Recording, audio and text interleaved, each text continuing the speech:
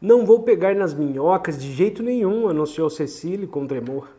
Jaqueline e Colette se apressaram em apoiá-la, e Hastings simpaticamente se ofereceu para pôr as iscas e tirar os peixes de todos os anzóis.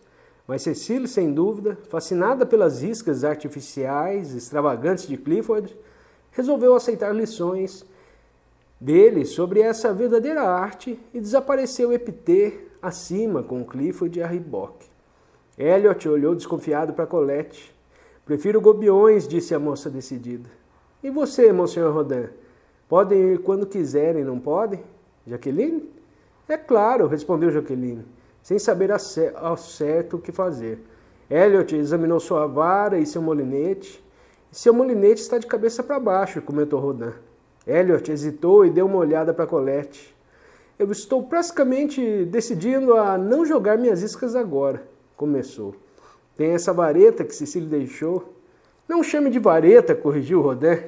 Vara, então, prosseguiu Elliot. E saiu andando atrás das duas garotas, mas foi imediatamente pego pelo pescoço por Rodin. Não vá. Você já viu uma pescaria de homem com flutuador e peso quando ele tem uma vara com isca artificial em mãos? Você vem conosco. No local onde o Plácido Epitê corre entre arbustos da direção do Sena, a margem gramada fazia sombra no habitat dos gobiões. E nessa margem, Colette e Jaqueline se sentaram, conversaram, riram e observaram os flutuadores vermelhos se agitarem, enquanto Hastings, com o chapéu na cabeça, em uma encosta coberta de musgo, ouvia suas delicadas vozes e galantemente tirava o anzol dos pequenos e indignados gobiões, quando um vislumbre de uma vara e um gritinho meio abafado anunciava que elas haviam pegado alguma coisa.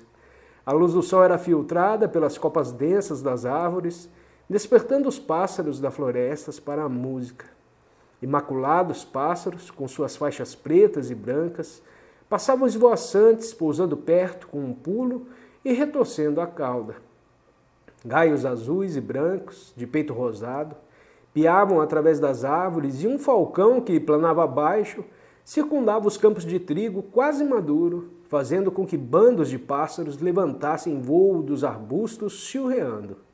Do outro lado do Sena, uma gaivota mergulhou na água como uma pluma. O ar estava limpo e imóvel, e folha alguma se movia. Ao longe ouvia-se os vagos sons de uma fazenda, o canto agudo de um galo e latidos abafados. De vez em quando, um rebocador a vapor, com uma chaminé alta chamando, Guepê abria caminho pelo rio arrastando sua interminável fileira de barcaças. Ou um barco à vela descia veloz, com a corrente na direção da sonolenta cidade de Rouen. Um odor suave e fresco de terra e água pairavam no ar, e através da luz do sol, borboletas com asas de borda laranja dançavam na grama do brejo, e borboletas delicadas e aveludadas esvoaçavam através da floresta musgosa. Hastings estava pensando em Valentine, e eram 2 da tarde quando Elliot voltou. Admitindo francamente que tinha despistado Rodin, sentou-se ao lado de Colette e, satisfeito, preparou para cochilar. E suas trutas? Perguntou Colette com seriedade. Ainda estão vivas, murmurou Elliot, e pegou no sono. Rodin chegou pouco depois e, lançando um olhar de desprezo para o dorminhoco, exibiu 3 trutas pontilhadas de vermelho. E este, disse Hastings, e sorriu preguiçosamente. É o final sagrado ao qual chegam os que labutam com fé. O abate desses peixinhos com fio de seda e penas. Rodin não se deu ao trabalho de responder. Colette pegou outro gobião e despertou Elliot, que protestou à procura das cestas com o almoço. Enquanto Clifford e Cecily chegaram pedindo refrescos imediatamente. A saia de Cecily estava ensopada e suas luvas rasgadas, mas ela estava feliz. E Clifford, exibindo uma truta de 1 quilo, ficou parado de pé aguardando os aplausos do grupo. Onde diabos você conseguiu isso? Perguntou Elliot. Molhada e entusiasmada, Cecily contou como foi a batalha.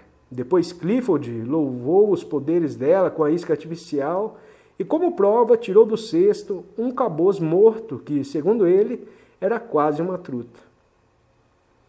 Todos estavam muito contentes no almoço e decidiu-se que Hastings era muito agradável. Ele gostou imensamente disso, mas sentia que em alguns momentos o flerte ia mais longe na França do que em Millbrook, Connecticut, e achou que Cecily podia ser um pouco menos empolgada em relação a Clifford, que talvez também não houvesse problema se Jacqueline se sentasse mais afastada de Rodin, e que Colette poderia, pelo menos por um momento, ter tirado os olhos do rosto de Elliot. Mas mesmo assim ele se divertiu, exceto quando seus pensamentos viajavam para Valentine. Quando então sentia que estava muito longe dela. La Roche fica pelo menos 1h30 de Paris.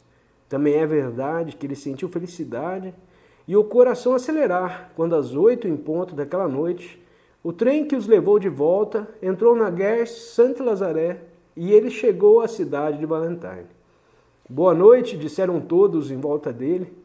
Venha conosco novamente da próxima vez. Ele prometeu e os observou, 2 a 2, desaparecerem na cidade que escurecia e ficou parado por tanto tempo que, quando ergueu o olhar novamente, o amplo boulevard cintilava com os lampiões a gás, através dos quais as luzes elétricas espreitavam como luas.